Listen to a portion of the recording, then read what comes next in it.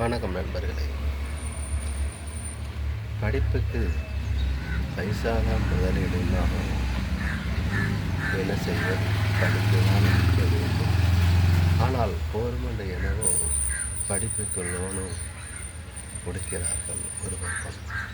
இருப்பினும் private engineer tech BTech படிக்கிறதுக்கு இன்றைக்கி ஒரு 60% மார்க் எடுத்திருந்தால் சீட்டு கிடைக்கிறதுக்கு குதிரை கொம்பாக இருக்கிறது.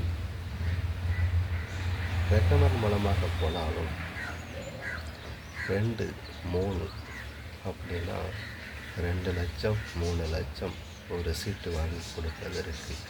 இதற்கு பேர் தான் படிப்பா? எல்லாரும் படிக்க வேண்டும் என்ற எண்ணம் இருக்கிறது தாய் தந்தையருக்கு. ஆனால் படிப்புக்கு இவ்வளவு செலவா? பாமரப்பட்ட மக்கள் எங்கே செல்வார்கள்?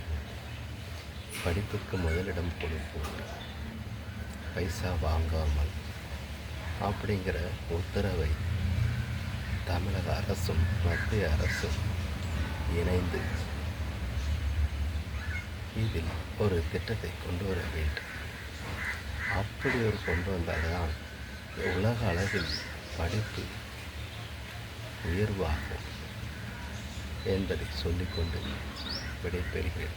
எல்லோரும் படிக்க வேண்டும், கல்வி சிறக்க வேண்டும்.